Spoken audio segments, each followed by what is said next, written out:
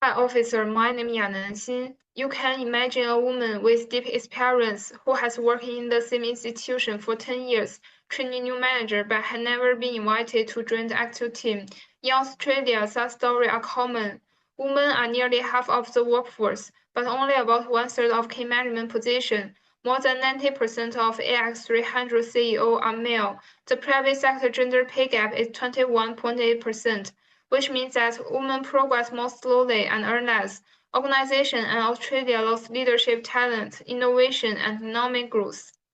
Today, I call on the Australian government, especially the Office for Women and the Department of Employment and Workplace Relations, to legislate for pay equity reviews and bolder gender quota to avoid wasting female leadership potential. Opponents argue that quota and pay equity audience are unfair and enemy merit.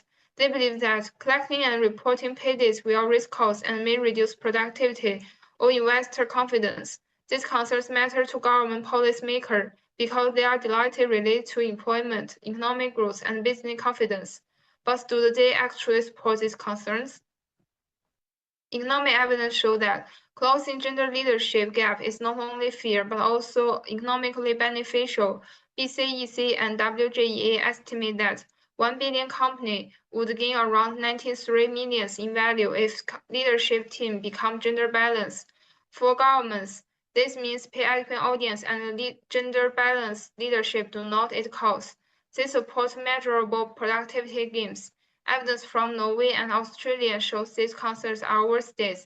As shown in the chart, in Norway, after both gender quota were introduced, company profit margin recovered after the global financial crisis and stand stable, even as women research around 40% of both seats. WGEA and BankWest certain research also found companies with gender-balanced leadership have higher market value, strong profitability, and more resilient staff. So both the time series data and expert research show that both gender quota do not harm companies' profit. So what should government do? First, require large employer to conduct annual pay equity audience and publish the result, giving the Office for Women and DEWR transparent data. Second, introduce fixed-border gender quota, so these companies research 40% women within a set time frame. This target is realistic and supported by evidence.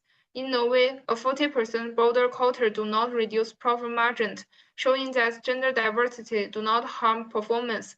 These measures are evidence-based and low risk and elegant with SDG5. With timely action, government can turn slow and even progress into real gender equality in leadership. Thank you.